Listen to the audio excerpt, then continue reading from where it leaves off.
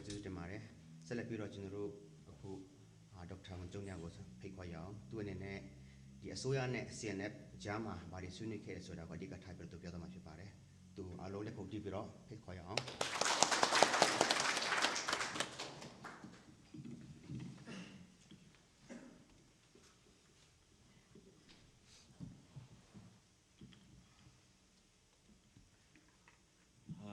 မင်္ဂလာပါဒီနေ့နေကျွန်တော်တို့ချင်းမျိုးတတ်ဦးနဲ့ပြည်ထောင်စုအစိုးရကြားပထမအကြိမ်ပြည်ထောင်စုအဆင့်ကင်းချင်းဆွေးနွေးခြင်းဆိုင်ရာသတင်းစာရှင်းလင်းပွဲနဲ့ပြည်သူတွေနဲ့တွေ့ဆုံပွဲမှာလာကြတဲ့လူတွေအားလုံးကိုကျွန်တော်ဒီကနေမင်္ဂလာပါဆိုပြီးတော့ပြန်ဆက်တာလုပ်ပါတယ်အားလုံးကြည့်တဲ့အတိုင်းဒီမှာပွဲရှိတယ်ဒီမှာ stage show ရှိတယ်ဒီမှာမသားရှိတယ်ကိုကိစ္စနဲ့ကိုရှိကြတဲ့အထက်မှာဒီလောက်လာနိုင်တဲ့အတွက်ကျွန်တော်ဝမ်းသာပါတယ်ကျွန်တော်တို့လူများတာနေတာအရေးမကြီးပါဘူးအဓိကတော့ကျွန်တော်တို့ဘာလုပ်ချင်တယ်လဲဘာလုပ်ချင်တယ်လဲဆိုတာကိုတည်တည်ချာချာသိပြီးတော့ကျွန်တော်တို့လုပ်ဖို့လိုပါတယ်နိုင်ငံတစ်ခုကိုထူထောင်တဲ့အချိန်မှာလူအများကြီးနဲ့တခါတည်းမလုပ်ပါဘူးလုပ်ချင်တဲ့လူ4 5 6စပြီးတော့အဲမှာအကုန်လုံးယုံကြည်စိတ်ချမှုယုံကြည်မှုပေးဆက်မှုရှိတဲ့လူတွေလှုပ်သွားလို့ဖြစ်သွားတဲ့ကိစ္စဖြစ်ပါတယ်နောက်ပြီးတော့ဒုတိယအနေနဲ့ပြောချင်တာဒီညကျွန်တော်ဒီကိုဆောင်ပွေးနဲ့ကိုဂျင်မောင်တို့ဒီ CMSP production ကိုကြည့်ဦးတင်ကြောင်းပြောချင်ပါတယ်သူတို့လုပ်ပြီးလို့ခုချိန်မှာ live ကနေကြည့်တဲ့လူနောက်တစ်ခါကျရင် YouTube ကနေဒီညမပါနိုင်တော့မှခုပြီးတော့ကြည့်မဲ့လူ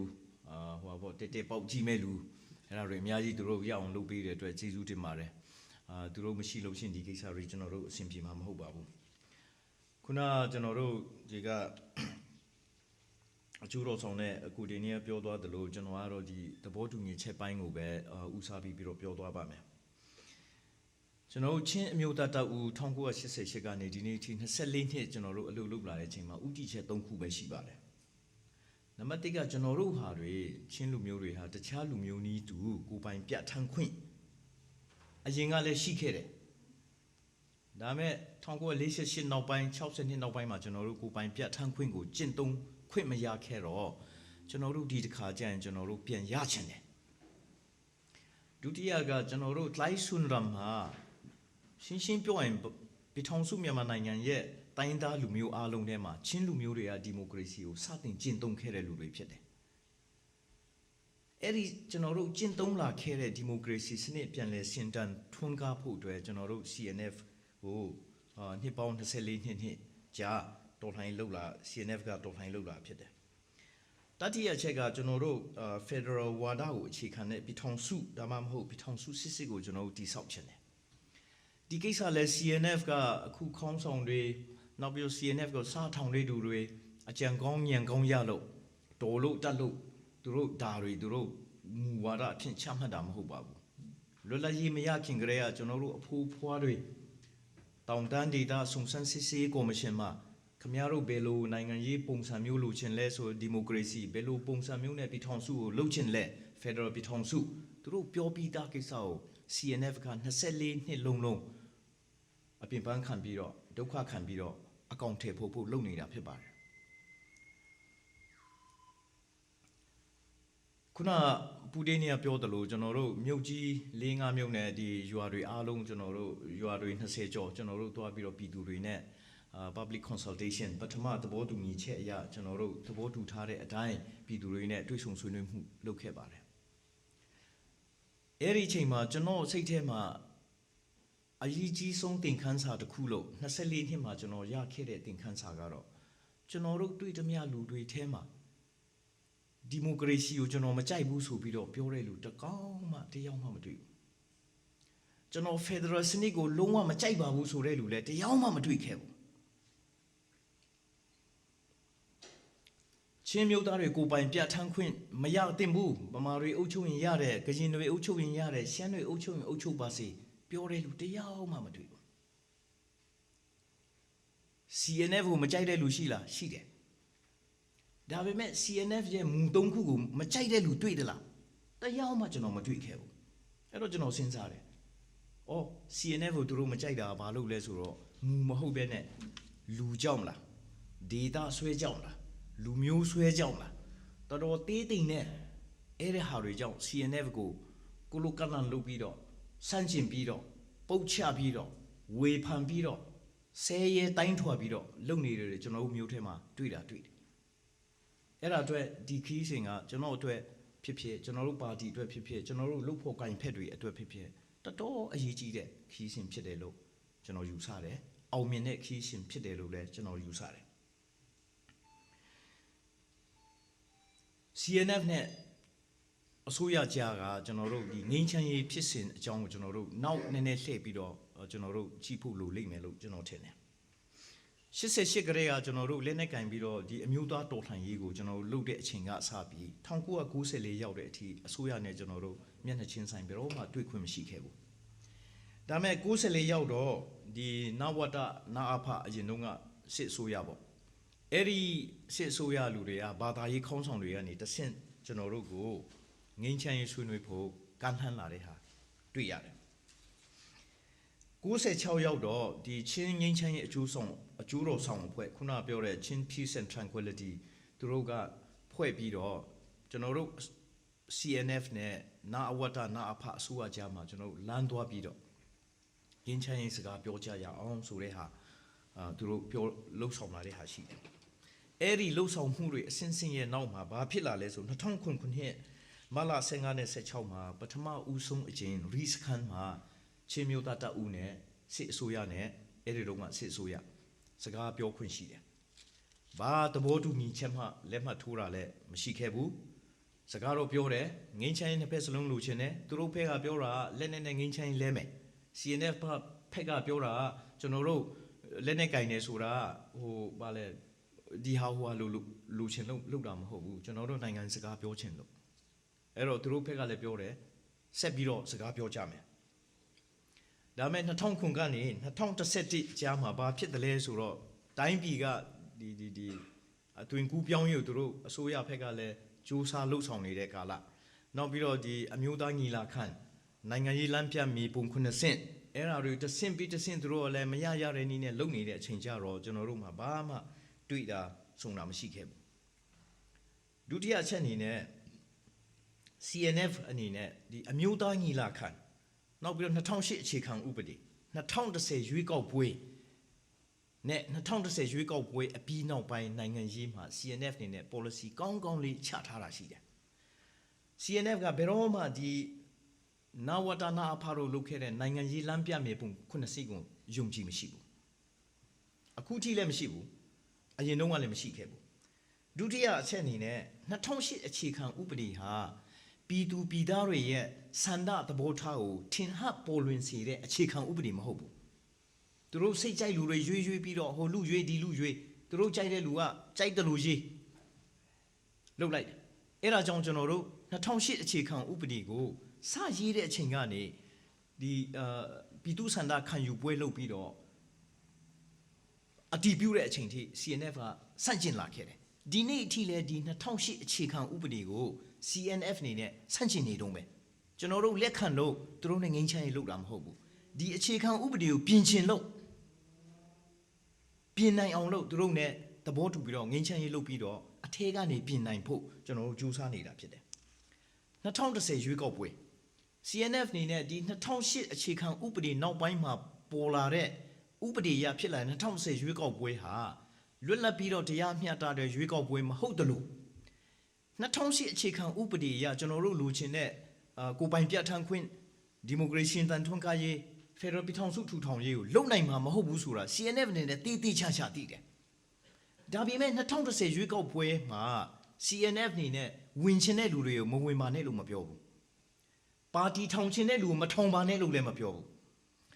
ပါတီထောင်နေဆိုတာလူ2ယောက်ထက်ပိုပြီးတော့စုပေါင်းပြီးတော့ကျွန်တော်တို့နိုင်ငံရေးပါတီထောင်ရအောင်အဲ့ဒါအများ collective သူ့အခွင့်အရေးပဲကျွန်တော်တတိပုဂ္ဂလအနေနဲ့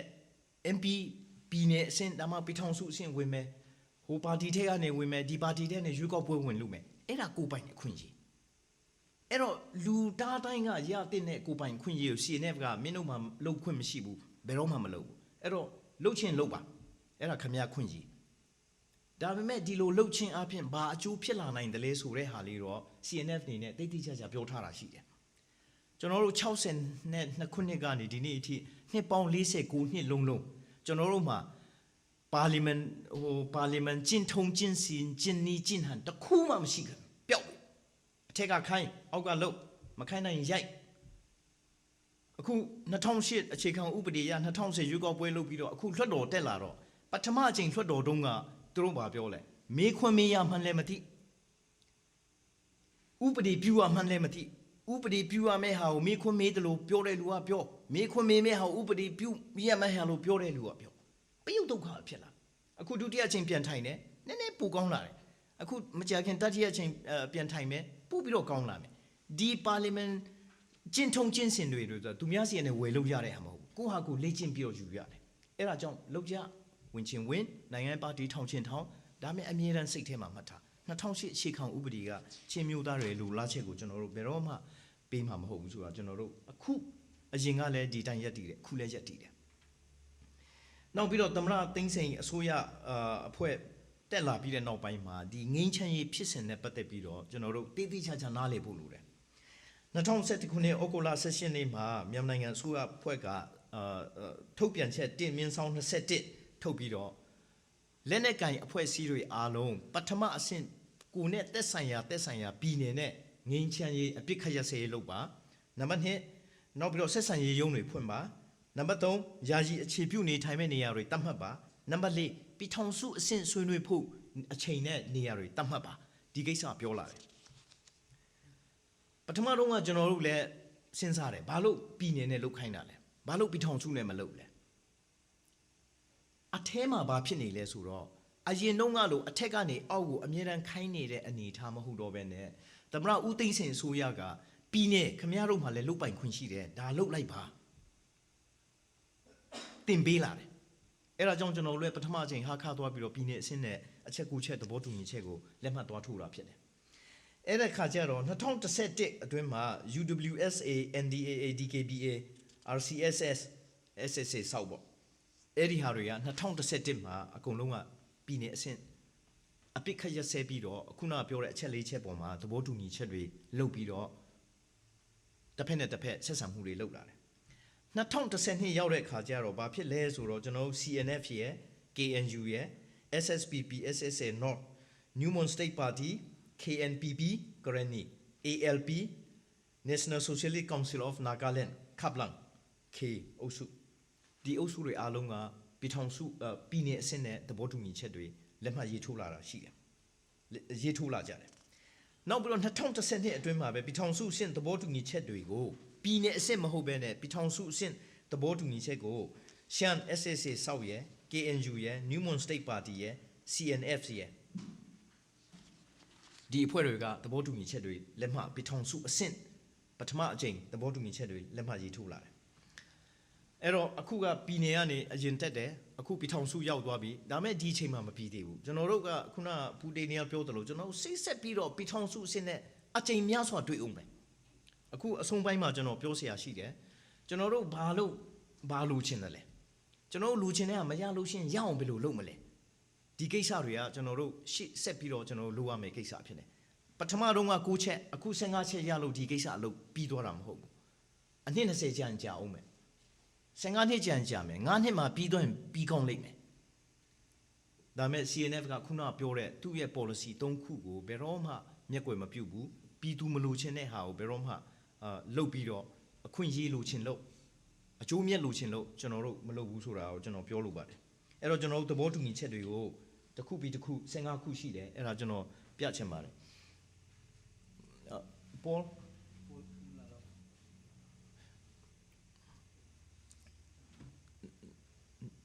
number 1 ka mo mai tuare okay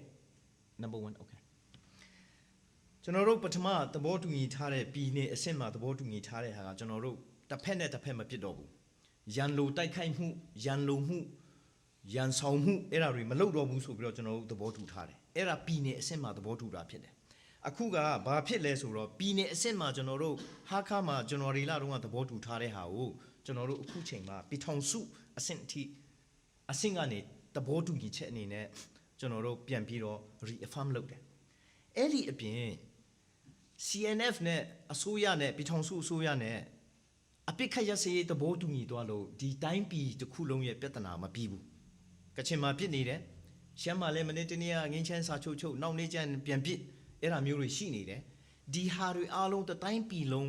းမှာအပိခတ်ရစေးပြီးတော့တနတ်တန်တွေမကြရအောင်လို့အစိုးရတစ်ခုထဲမှာတာဝန်ရှိတာမဟုတ်ဘူး CNF မှာလည်းတာဝန်ရှိတယ်ကျွန်တော်တို့ CNF ရဲ့အစိုးရရဲ့တခြားငင်းချမ်းယူထားတဲ့အပိခတ်ရစေးထားတဲ့အဖွဲ့အစည်းတွေအားလုံးရဲ့စုပေါင်းပြီးတော့အတူတကွလှုပ်ရအောင်ဆိုပြီးတော့ကျွန်တော်တို့သဘောတူထားတာဖြစ်တယ်နောက်ပြီးတော့ဒုတိယအချက်ကျွန်တော်တို့အဲ့လိုသဘောတူထားတဲ့နောက်ပိုင်းမှာကျွန်တော်တို့ဘယ်မှာအခြေချနေမလဲဆိုတဲ့ကိစ္စထန်တောင်မြို့နယ်မှာရှိတဲ့တောင်ပီဇန်တောင်ဒွန်ဒီမြို့နယ်မှာရှိတဲ့ဇင်ပီဘုတ်ဖီအဲ့ဒီနေရာတွေမှာကျွန်တော်တို့လွတ်လွတ်လပ်လပ်အခုဒီတစ်ခေါက်သဘောတူညီချက်ရပြီးတဲ့နောက်ပိုင်းမှာကျွန်တော်တို့အခုရွှေ့ပြောင်းပြီးတော့အခြေချနေထိုင်မှာဖြစ်ပါတယ်ခုဂျွန်လအတွင်းမှာလည်းအဲ့ဒီနေရာတွေမှာကျွန်တော်တို့တပ်ဖက်ကလူရောပါတီဖက်ကလူရောဝင်ကြတော့မှာပါနောက်ပြီးတော့ဒီဆက်ဆံရေးရုံးတွေလည်းကျွန်တော်တို့ဂျွန်လအလေလောက်ကျရင်ကျွန်တော်တို့စခန်းဖွင့်ပြီးတော့တေချာဒီမတူပီရောဟိုထန်ဆောင်ရောတိတိမြောကျွန်တော်တို့ဆက်ဆံရေးကိုယ်စားလှယ်တွေနဲ့သူ့ရဲ့ဝန်ထမ်းတွေကအဲ့မှာတွားနေကြမှာဖြစ်ပါတယ်အဲ့မှာတခုပြဿနာဖြစ်တာပလဲဝမြို့နယ်ကုံပင်ပါရာပထင်တလန်အဲ့ဒီကြီးရွာ၃ခုကိုကျွန်တော်တို့ပြည်နယ်အဆင့်တုန်းကသဘောတူညီချက်ရထားတယ်။ဘာပြဿနာတက်တယ်လဲဆိုတော့ကျွန်တော်တို့ချင်းပြည်နယ်ကိုဒီတောင်ပိုင်းကိုအနောက်ပိုင်းတိုင်းစစ်ဌာနချုပ်ကကင်တယ်။တက်ခိစ္စ။မြောက်ပိုင်းကိုအနောက်မြောက်တိုင်းစစ်ဌာနချုပ်မုံရွာကင်တယ်။စစ်တွေနဲ့မုံရွာကင်တော့ကျွန်တော်တို့အဲ့ဒီငင်းချမ်းရေးပထမအချိန်ပြည်နယ်အဆင့်ဆွေးနွေးတုန်းကအနောက်ပိုင်းတိုင်းစစ်ဌာနချုပ်လူမလာဘူး။မုံရွာကိုဘုံကြီးကိုကြီးလာတယ်ကစစ်စင်ရေးဟိုပါပေါ့အကြီးတန်းတစ်လာတော့ तू ကအတိတယ်ဒါပေမဲ့စစ်တွေဘက်ကလူတွေမလာတဲ့အခါကျတော့ဒီရွာ၃ရွာကိုပထမသဘောတူညီချက်ထဲမှာထည့်ထားတာအမှန်ဆိုဒီရွာတွေမှာသူတို့တပ်စခန်းတွေရှိတယ်ရှိတော့ဒီအနောက်ပိုင်းတိုင်းစစ်ဌာနချုပ်ကဒါတော့မဖြစ်ဘူးပြန်ပြီးတော့စဉ်းစားပေးပါဆိုတဲ့ဟာပေါ်လာတဲ့အခါကျတော့ဒီကိစ္စကိုသူတို့ပြန်ယူရုပ်သိမ်းတာမဟုတ်ဘူးဒါပေမဲ့ဒုတိယအကြိမ်ကျွန်တော်တို့ပြည်ထောင်စုအဆင့်ဆွေးနွေးတဲ့အချိန်မှာပြန်ပြီးတော့ဆွေးနွေးမယ်ဆိုပြီးတော့ကျွန်တော်တို့သဘောတူထားတယ်ကျွန်တော်တို့ပထမပြည်နယ်အဆင့်မှာရထားပါရဲ့ဒါပေမဲ့ဒါမျိုးတွေမှာ technicality ဆိုပြီးတော့ဟိုဖက်ဒီဖက်ညှိเสียအများကြီးရှိတယ်နောက်ပြီးတော့အဲ့ဒီပြင်မှာကျွန်တော်တို့ချင်းမျိုးသားတပ်မတော်ဖက်ကဘုံမှုချုပ်ဖောင်းတင်ထိုက်အပါဝင်ကျွန်တော်တို့တပ်မှုအားလုံးက4ဦး5ဦးပါလာတယ်သူတို့ ਨੇ ဒီတပ်ဖက်ကလူတွေ ਨੇ ဆွေးနွေးကြပြီးတော့ထန်တောင်မြို့နယ်ထဲကဘယ်ဟာဗန်ဇန်လုံဒင်းလူလ်ပီလုံတီဒီမြို့နယ်ထဲမှာရှိတဲ့ဒမ်ပီတွီဒီပလဲဝမြို့နယ်မှာရှိတဲ့ဆာအူရွှေလေဝရကန်အဲ့ဒီနေသားတွေကိုကျွန်တော်တို့နေခွင့်ပေးပါဆိုပြီးတော့တောင်းတယ်ဘာလို့ဆိုကျွန်တော်ဘက်ကလည်းမဟာဗျူဟာရအရေးကြီးတဲ့ဒေသတွေဖြစ်တယ်တောင်းတဲ့ကိစ္စကိုသူတို့ကမငြင်းဘူးဒါပေမဲ့ဒုတိယအချိန်ကျွန်တော်တို့ပြည်ထောင်စုအဆင့်ဆွေးနွေးတဲ့အခါမှာထပ်ပြီးတော့ဆွေးနွေးရအောင်ဆိုပြီးတော့ကျွန်တော်တို့ pending နေနဲ့ထားတာဖြစ်တယ်နောက်ပြီးတော့ကျွန်တော်တို့လက်နဲ့မကင်ဘူးuniform တွေမဝတ်ဘူးဆိုလို့ရှိရင်ချင်းမျိုးသားတပ်မတော်နဲ့ချင်းမျိုးသားတပ်ဦးအဖွဲ့ဝင်တွေဟာပြည်ထောင်စုမြန်မာနိုင်ငံတစ်ခုလုံးမှာလွတ်လွတ်လပ်လပ်ခီးသွားပိုင်ခွင့်ရှိတယ်ကျွန်တော်တို့တပ်တွေပါတွေရွှေ့ပြောင်းတဲ့အချိန်မှာလည်းပဲနှစ်ဦးနှစ်ဖက်ညှိနှိုင်းပြီးတော့ဥပမာတောင်ပိုင်းမှာရှိတဲ့ဒီပလဲဝါမြို့နယ်မှာရှိတဲ့တပ်ကိုကျွန်တော်တို့တိတိမြို့နယ်ပြောင်းချင်တဲ့အခါကျရင်ကြားမှာရှိတဲ့တပ်စခန်းကတာဝန်ရှိတွေနဲ့အကုန်လုံးညှိနှိုင်းပြီးတော့လုပ်ရအောင်ဆိုပြီးတော့သဘောတူထားတာဖြစ်ပါတယ်နောက်ပြီးတော့အဆင့်သဘောတူညီချက်၃ထဲမှာကျွန်တော်ရရှိထားတာကတော့ခုနကပြောသလိုထန်တလန်ရဲ့မတူပီရဲ့တိတိမှာရှိတဲ့ဆက်ဆံရေးရုံးတွေကိုအမြန်ဖွင့်ပါဆိုပြီးတော့သူတို့ဘက်ကပြောတယ်ပြောတဲ့အပြင်မှာကျွန်တော်ဘက်ကဘာတောင်းလဲဆိုအဲ့မှာဆက်ဆံရေးရုံးမှာထိုင်တဲ့လူတွေကိုလည်းကျွန်တော်တို့ CNF ရဲ့ဗဟိုကော်မတီဝင်ဒါမှမဟုတ်ရင်ဗဟိုအလုပ်မှုဆောင်ကော်မတီဝင်ဖြစ်တဲ့အတွက်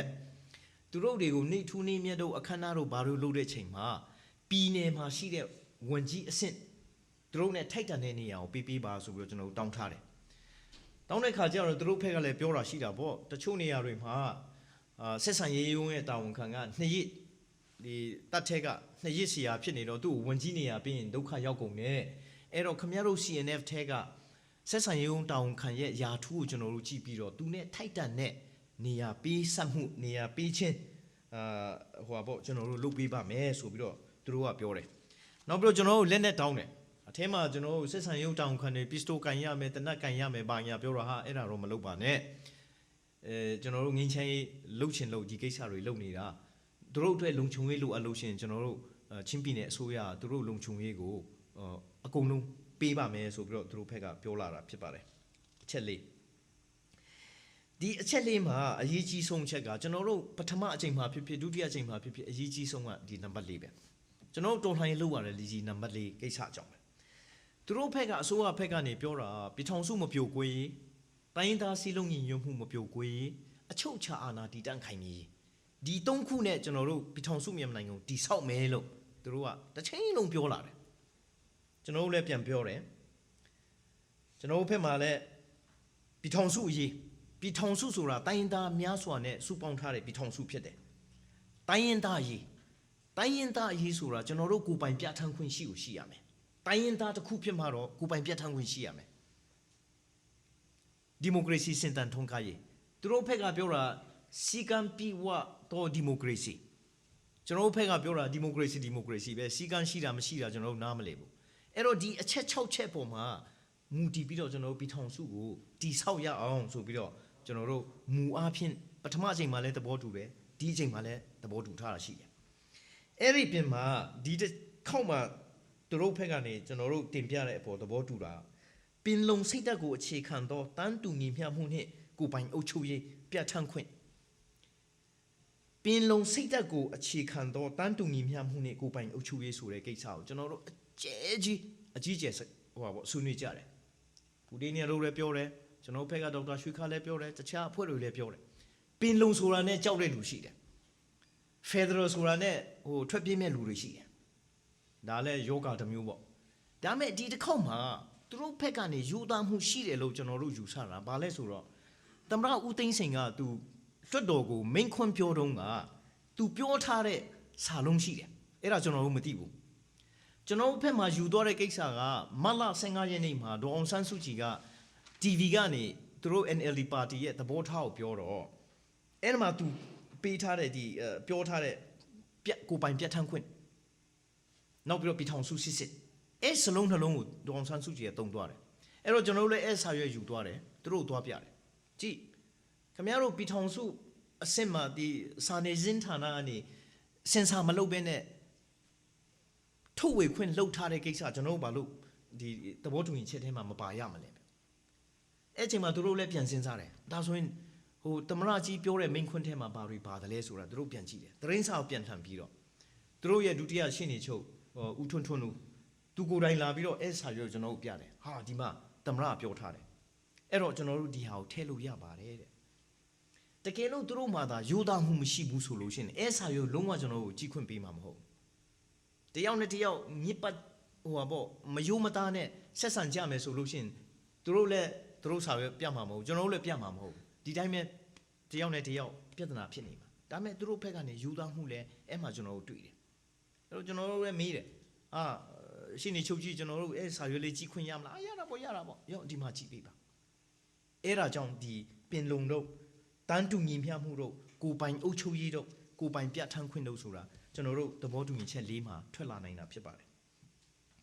သဘောတူညီချက်ကဘယ်တိုင်းပြည်မဆိုသူ့ရဲ့အခြေခံဥပဒေကနေသူ့ရဲ့ရတင်ရထိုက်တဲ့နိုင်ငံသားအခွင့်အရေးကိုအကာအကွယ်မပေးတဲ့အချိန်မှာသူတို့ဘာလုပ်လဲဆိုတော့နိုင်ငံတကာစာချုပ်စာတမ်းကနေအကာအကွယ်ယူတယ်ဥပမာcivil and political right ကျွန်တော်တို့ဗမာပြည်အခြေခံဥပဒေအခု2008အခြေခံဥပဒေမှာကျွန်တော်တို့ကိုလိုချင်တဲ့လောက်အကာအကွယ်မပေးဘူးဒါပေမဲ့နိုင်ငံတကာစာချုပ်မှာလာရှိတယ်အဲ့တော့ကျွန်တော်တို့ဖက်ကပြောတာကနောက်တစ်ချိန်ကျွန်တော်တို့ပြန်တွေ့တဲ့အချိန်ကျရင်ကျွန်တော်တို့တိုင်းရင်းသားလူနည်းစုတွေနောက်ပြီးတော့အမျိုးသမီးတွေကလေးတွေကျွန်တော်တို့အခြေခံဥပဒေအကာအကွယ်မပေးတဲ့ဟာတွေကိ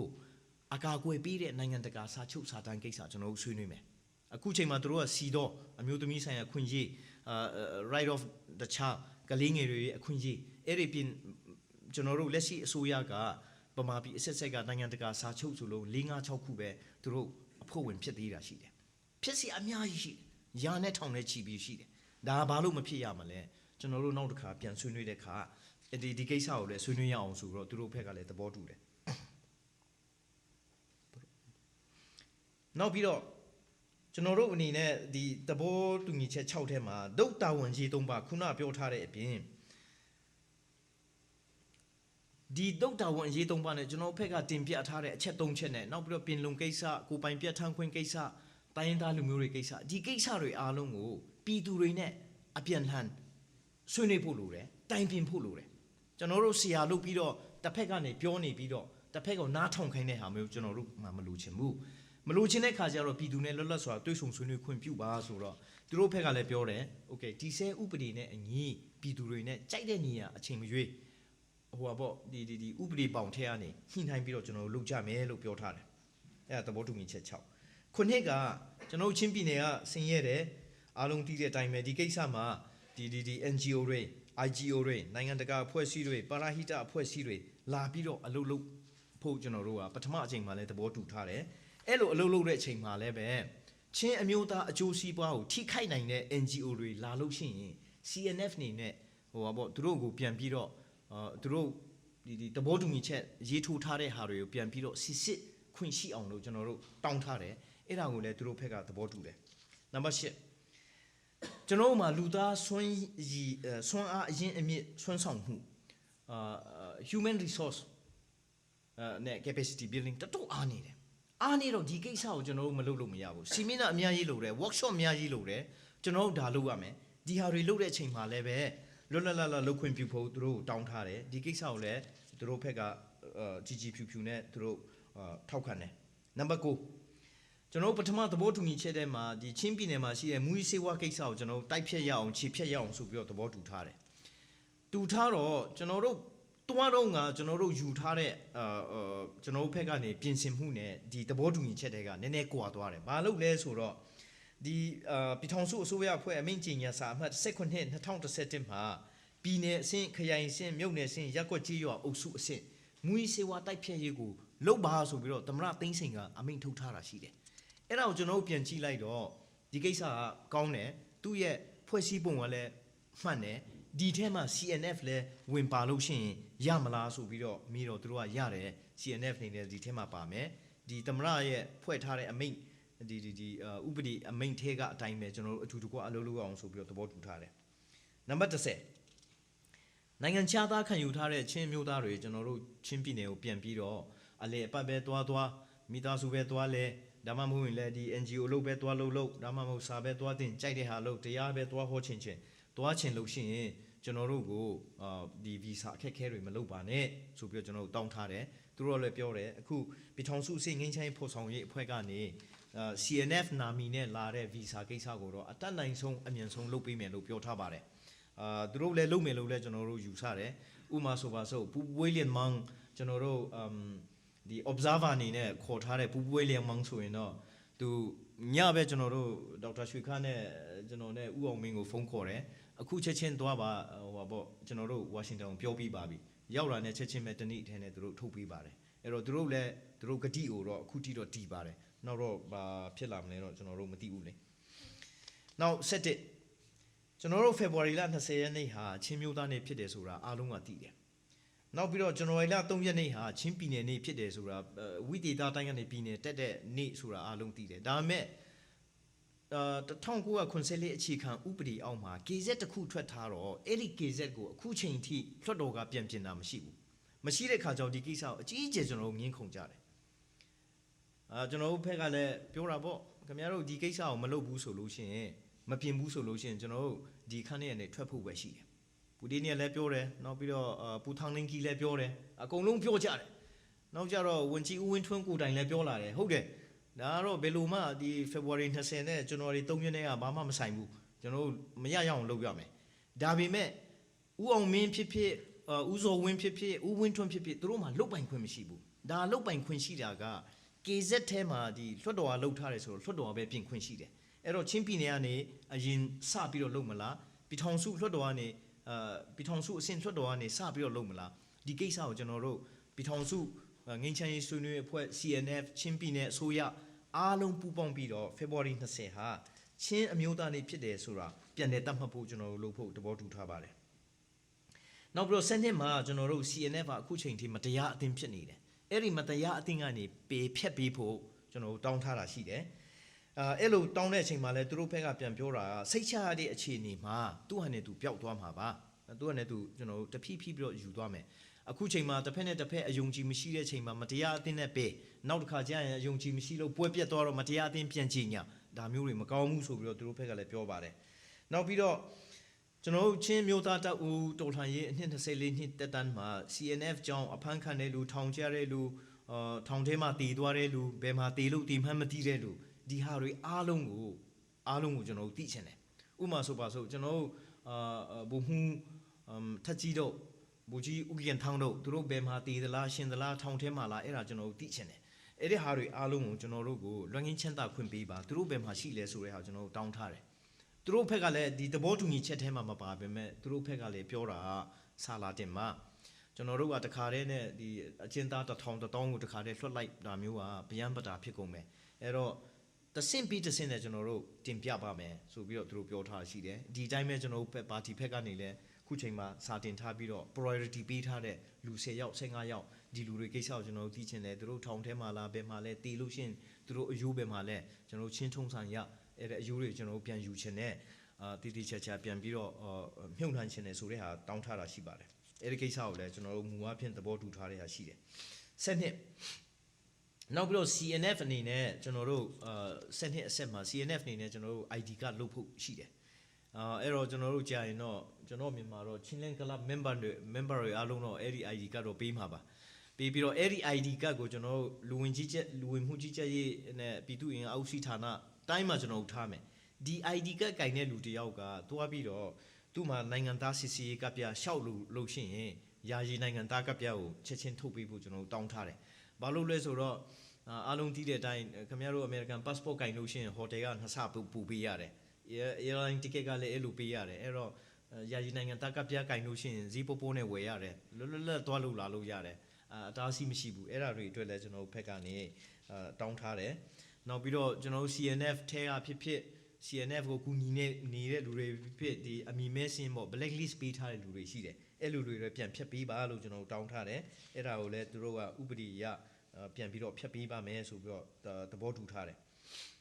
နောက်ပြီးတော့နောက်ဆုံးအနေနဲ့ဆက်နှစ်မှာအရေးကြီးတာကကျွန်တော်တို့နောက်ကျောင်းပြန်တရားစွဲဆိုခြင်းမရှိရဘာလို့ဆို23-24နှစ်လုံးတော်လှန်ရေးလုပ်ရဲ့အချိန်မှာကျွန်တော်တို့မှားခဲ့တာပြုခဲ့တာဟာတွေရှိတယ်ဒီကိစ္စတွေကျွန်တော်တို့အခုချိန်မှာဇာဇဝတ်မှုနဲ့ဖြစ်တရားမမှုနဲ့ဖြစ်တရားစွဲဆိုတာမျိုးကျွန်တော်တို့အဖြစ်မခံဘူးဒီကိစ္စတော်လှန်ရေးကြောင့်ဖြစ်သွားတဲ့ကိစ္စဖြစ်တဲ့အတွက်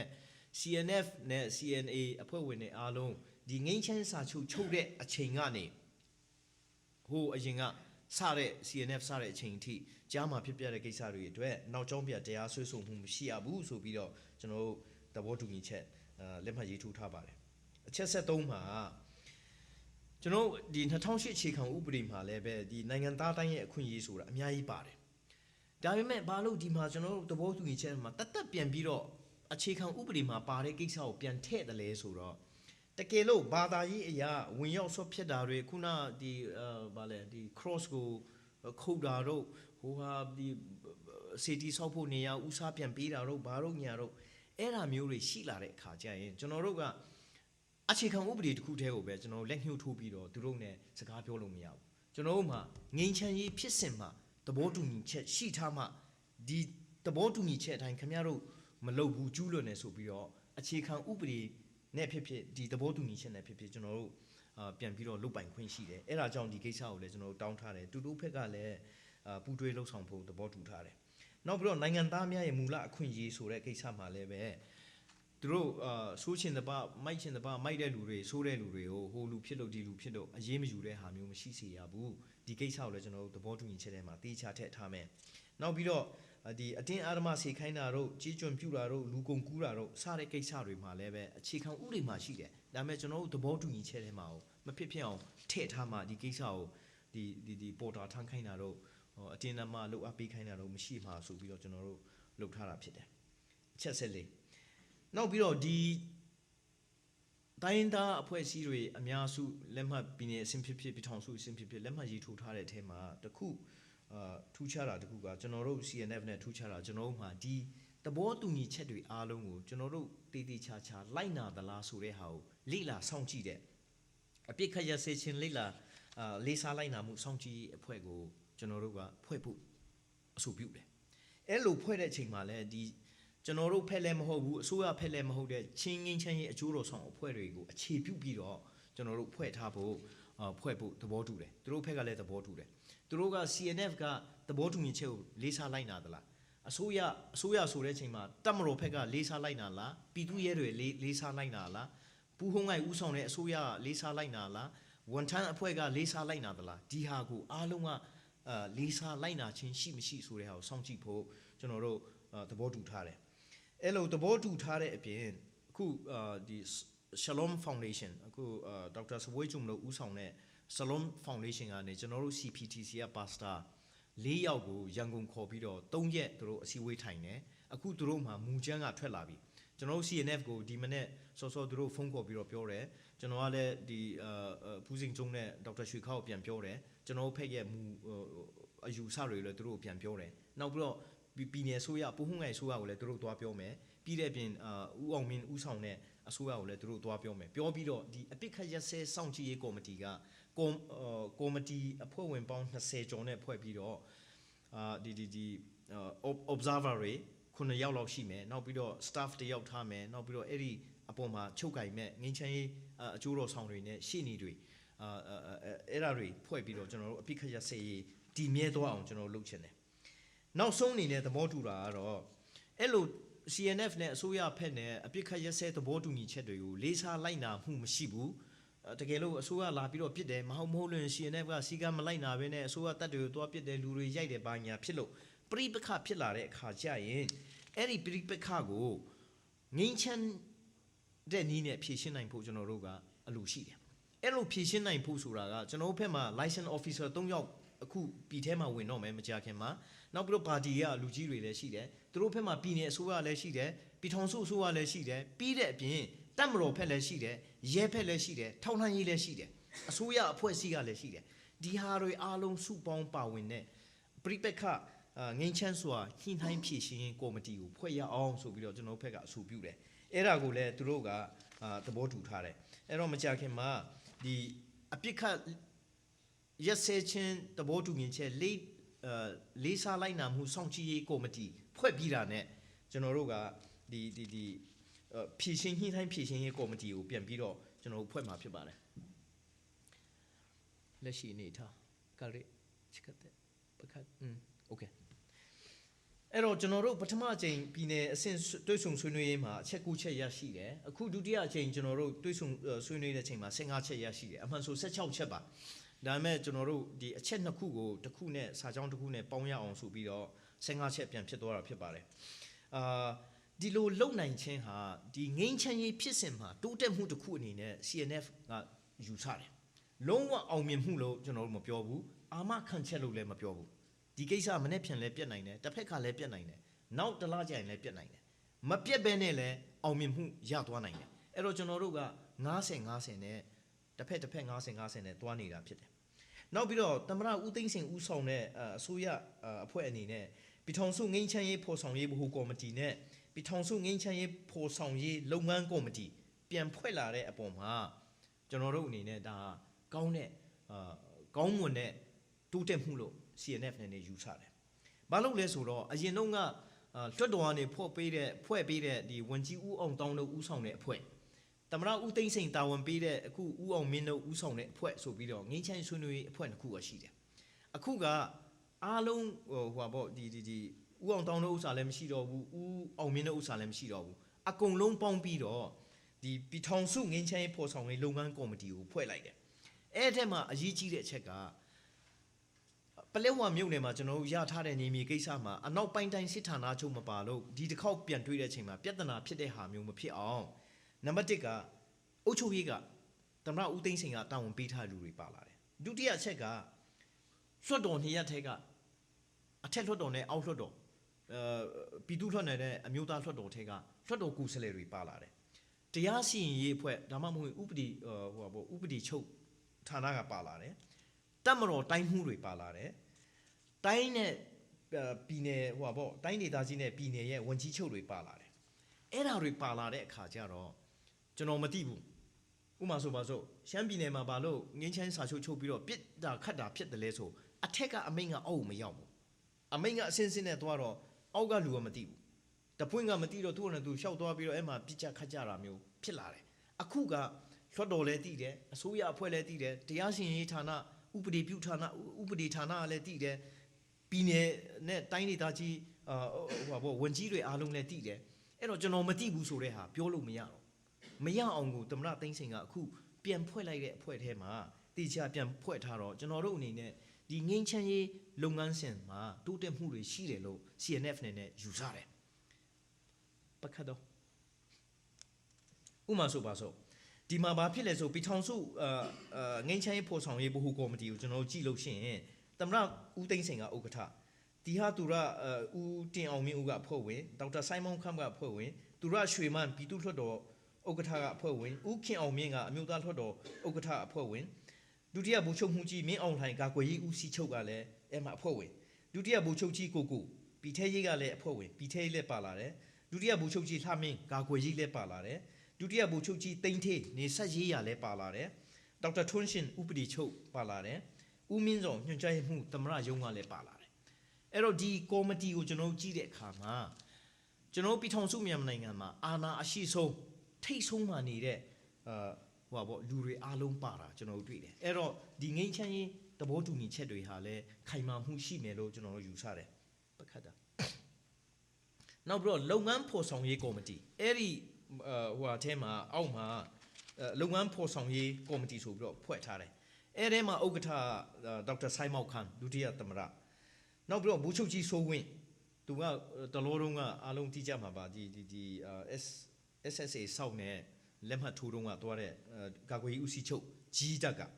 ဒုဥက္ကဋ္ဌဦးအောင်မင်းကျွန်တော်တို့နဲ့တွေ့နေတဲ့ပြည်ထောင်စုဝန်ကြီးဦးသိန်းစောသူကလွှတ်တော်ထဲကပါလာတယ်ဒုတိယဥက္ကဋ္ဌဦးအောင်မြင့်ပြည်ထောင်စုဝန်ကြီးစိုးသိန်းပြည်ထောင်စုဝန်ကြီးဦးစောမင်းပြည်ထောင်စုဝန်ကြီးဟာခမှလာတယ်ဦးတန်းထေးပြည်ထောင်စုဝန်ကြီးဦးဝင်းထွန်းပြည်ထောင်စုဝန်ကြီးဟာခမှလာတယ်ဦးခင်မောင်စိုးပြည်ထောင်စုဝန်ကြီးနောက်ပြီးတော့တိုင်းဒေသနဲ့ပြည်နယ်ဝန်ကြီး10ဦးအဲ့ထဲမှာကျွန်တော်တို့ချင်းပြည်နယ်ကပူဟုံးငိုင်လည်းပါတယ်တမတော်တိုင်းမှု10ဦးအဲ့မှာကျွန်တော်တို့ဒီနပခရဲ့နမခရဲ့နှစ်ခုစလုံးပါတယ်ဗိုလ်ချုပ်ဇော်ဝင်းဒုတိယဝန်ကြီးနေဆက်ရေးရဟာခမှလာတယ်နောက်ပြီးတော့ဦးထွန်းထွန်းဦးဒုတိယရှေ့နေချုပ်သူလည်းဟာခမှလာတယ်နောက်ပြီးတော့ပြည်သူ့လွှတ်တော်ကိုယ်စားလှယ်9ဦးအဲ့ထဲမှာကျွန်တော်တို့ချင်းပြည်နယ်ကပူငွန်မောင်ဒီကအင်းနာပိုလီစ်ချုပ်ပြီးပါစလုံးဆောင်းဒီကဆောင်းတို့ဂျိုပြီးတို့ရဲ့အဖေပါသူတို့အဖေလည်းပါတယ်အမျိုးသားလွှတ်တော်ကိုယ်စားလှယ်ထဲကနေချင်းပြည်နယ်နဲ့ပေါ်လင်တွင်မတူပီမြို့နယ်မဲဆန္ဒနေကကိုယ်စားလှယ်ပါတယ်အဲ့တော့ဒီဟာတွေပါလာတဲ့အခါကျတော့ကျွန်တော်တို့ CNF နဲ့ဦးအောင်မင်းနဲ့ဦးသဘောတူထားတဲ့ဟာတွေမဟုတ်တော့ဘူးအခုကသမရကအစဒုတိယသမရကအစအားလုံးဒီငိမ့်ချမ်းရေးဖြစ်စဉ်တွေအားလုံးကိုသဘောတူထားတဲ့ဟာဖြစ်လာတယ်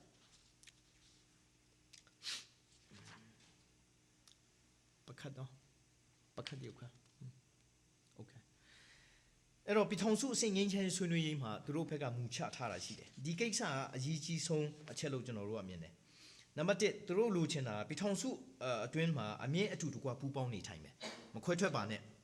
ဒုတိယကပြည်ထောင်စုပြိုကွေးတိုင်းသားစီလုံးပြိုကွေးချုပ်ချရေးနဲ့ဒီတိုင်းခိုင်မြဲရေးကိုသဘောတူပါကျွန်တော်ဘက်ကလည်း3ခုသူတို့ကိုတင်ပြထားတာရှိတယ်အဲ့ဒီ6ခုအပေါ်မှာကျွန်တော်တို့ကပြည်ထောင်စုကိုတည်ဆောက်ခြင်းတယ်အဲ့ဒါနောက်တစ်ခါထပ်ပြောရမယ့်ကိစ္စဖြစ်တယ်စီးပွားရေးဖွံ့ဖြိုးရေးလုပ်ငန်းနဲ့ဥပဒေနဲ့ငယ်နှစ်ဖက်ပူးတွဲပြီးတော့ဒဲဝင်ဆောင်ရွက်မယ်ဒီကိစ္စတော့ပြောစရာမလိုပါဘူးမူစေဝါနဲ့စိတ်ကိုပြောင်းလဲစေသောစေဝါများတိုက်ဖြည့်ပူးပေါင်းဆောင်ရွက်အဲ့ဒါကိစ္စလည်းကျွန်တော်တို့သဘောတူညီချက်မှာပါတယ်ပါတီထောင်ပြီးတော့ရွေးကောက်ပွဲဝင်မှာဒီကိစ္စတော့ကျွန်တော်တို့ခဏမိတယ် CNF နိုင်ငံရေးပါတီထောင်မလားဆိုတော့ကျွန်တော်တို့ဆုံးဖြတ်ချက်ရတော့ပါတီထောင်ဖို့မရှိသေးဘူးလို့နောက်ခါကျရင်တော့ပြန်စဉ်းစားမယ်လို့ပြန်ပြောထားတယ်ဖွဲ့စည်းပုံအခြေခံဥပဒေလက်ခံတဲ့ပြင်ဆင်လိုတဲ့ကိစ္စများလွှတ်တော်တွင်း၌အများသဘောတူစံတန်းနှင့်အညီဆောင်ရွက်ဖွဲ့စည်းပုံအခြေခံဥပဒေကိုလုံးဝမပြင်ဘူးလို့သူတို့ကမပြောဘူးပြင်မဲ့ဒါမဲ့သူ့နီးလမ်းနဲ့ပဲပြင်ရအောင်ဆိုတဲ့ဟာကိုသူတို့ဘက်ကလည်းပြောနေတာဖြစ်တယ်နောက်ပြီးတော့ထာဝရငင်းချမ်းရေးအတွက်ဥပဒေပေါင်းတွင်းတို့အပြီးပိုင်ဝင်ရောက်ပြီးတော့ဖွဲ့စည်းပုံအခြေခံဥပဒေနဲ့တန်းတူညီတူနေထိုင်သွားလာလုပ်ကင်စားတောက်ရေးအဲ့ဒါတော့အားလုံးလူချင်တာဖြစ်တယ်ဖွဲ့စည်းပုံအခြေခံဥပဒေနဲ့တခုတည်တော်လက်နက်ကင်အဖွဲ့အစည်းအဖြစ်အသွင်ကူးပြောင်းရေးကိုညှိနှိုင်းဆောင်ရွက်ရေးဒီကိစ္စမှာကျွန်တော်တို့ဘက်ကနေအများကြီးဆွေးနွေးစရာပြင်ဆင်စရာလိုတယ်သူတို့ဘက်ကနေတတ်တစ်ခုပဲရှိရမယ်ကာကွယ်ဦးစီးချုပ် တမတော်ကကိုဦးစီးချုပ်တယောက်ပဲလက်အောက်ထဲမှာပဲရှိရမယ်ကျွန်တော်တို့ဘက်ကနေနောက်တစ်ခါပြန်ဆွေးနွေးတဲ့အချိန်မှာဘယ်လိုပုံစံမျိုးရှိခြင်းတယ်လဲဆိုတာကျွန်တော်တို့ CNF အလုပ်တစ်ခုတည်းမဟုတ်ဘူးဒီကလာတဲ့လူကြီးမင်းတွေရဲ့အယူဆတွေးခေါ်မှုခံယူမှုအဲ့ဒါတွေလည်းလိုချင်တယ်ချင်းပြည်သူတွေဘယ်လိုလိုချင်လဲဆိုတာလည်းကျွန်တော်တို့သိချင်တယ်အဲ့တော့နောက်ဆုံးအနေနဲ့80ရမယ့်လုပ်ငန်းမှာဒုတိယအကြိမ်ကျွန်တော်တို့နောက်တစ်ခါပြန်တွေ့မယ်ကျွန်တော်တို့ဘက်ကအဆိုပြောထားတာကတော့ဩဂုတ်လ15ရက်ကနေစက်တင်ဘာ15မှာရန်ကုန်ဒါမှမဟုတ်နေပြည်တော်မှာကျွန်တော်တို့ပြန်တွေ့မယ်ပြည်ထောင်စုအဆင့်ဒုတိယအကြိမ်ဆွေးနွေးပွဲကျွန်တော်တို့လုပ်မယ်ဒုတိယအနေနဲ့ကျွန်တော်တို့ခုနသဘောတူညီချက်1မှာပါထားတဲ့အတိုင်းပြည်ထောင်စုတစ်ခုလုံးအတိုင်းတာဆောင်တဲ့အပြစ်ခတ်ရစဲရေးဖြစ်နိုင်ဖို့အတွက် CNF အနေနဲ့စူးစမ်းပြီးတော့အစိုးရနဲ့အတူတကွလှုပ်ဆောင်မယ်တတိယအနေနဲ့ရေတိုရည်ရှိဖွံ့ဖြိုးတိုးတက်လုပ်ငန်းစဉ်တွေချမှတ်ပြီးတော့အကောင့်ထဲပေါ်ဖို့ကျွန်တော်တို့စူးစမ်းမယ်ဒီတစ်ခါလဲပြောပြီးပြီ special economic zone ကိစ္စဒီတစ်ခေါက်မပါဘူးဘာလို့ဆိုကျွန်တော်ဘက်ကနည်းနည်းပြင်ဆင်ဖို့အချိန်မရှိဘူးနောက်ပြီးတော့ဒီblueprint ချင်းလန် blueprint ကိစ္စလည်းဒီခေါက်ကျွန်တော်တို့မဆွေးနွေးခဲ့ဘူးကျွန်တော်ဘက်ကပြင်ဆင်ဖို့အချိန်မရခဲ့လို့ဒီကိစ္စတွေကျွန်တော်တို့နေပြီးတော့ဒီတစ်ခေါက်ပြန်သွားတဲ့အခါရန်ကုန်ပြန်သွားတဲ့အခါကျွန်တော်တို့ဆွေးနွေးစရာရှိတယ်နောက်ပြီးတော့နိုင်ငံရေးဆွေးနွေးရေးအတွက်ကြိုတင်ပြင်ဆင်ခြင်းကျွန်တော်တို့နိုင်ငံရေးအတွက်ဆွေးနွေးဖို့ပြင်ဆင်ဖို့လိုတယ်အပြစ်ခတ်ရစဲခြင်းလုပ်ငန်းရှင်တွေမပြတ်ပြဲသွားအောင်ဘယ်သူမဆိုငင်းချဲလူချင်ကြတယ်ဒီကိစ္စကိုမပြတ်ပြဲအောင်ကျွန်တော်တို့ထပ်ပြီးတော့လှုပ်ဆောင်ဖို့လိုတယ်နောက်ဆုံးအနေနဲ့အရေးကြီးတာချင်းမျိုးသားတပ်ဦးရဲ့ဥတီချက်300ဖြစ်တဲ့ဒီမိုကရေစီစနစ်စင်တန်ထွန်းကားရေးချင်းမျိုးသားတွေကိုပိုင်ပြတ်ထန်းခွင့်ပြန်လည်ရရှိရေးဖက်ဒရယ်ပြည်ထောင်စုထူထောင်ရေးအတွက်ဒီ3ခုကိုကျွန်တော်တို့ဂင်ပြီးတော့ရှေ့ဆက်ပြီးတော့တွားဖို့ကအရေးကြီးပါတယ်ဒီကိစ္စမှာ CNF တစ်ခုတည်းတာဝန်မရှိပါဘူးအားလုံးမှာတာဝန်ရှိတယ်ခင်ဗျားတို့မှလည်းရှိတယ်ကျွန်တော်တို့မှလည်းရှိတယ်ကျွန်တော်တို့အားလုံးချင်းအမျိုးသားမှန်တူတိုင်းပြည်ထောင်စုမြန်မာနိုင်ငံကိုချစ်ခင်မြတ်နိုးတူတိုင်းမှာတာဝန်ရှိတယ်ဆိုတာကျွန်တော်ပြောကြရင်းနဲ့နေကုန်းချုပ်ပါတယ်အားလုံးကိုကျေးဇူးတင်ပါတယ်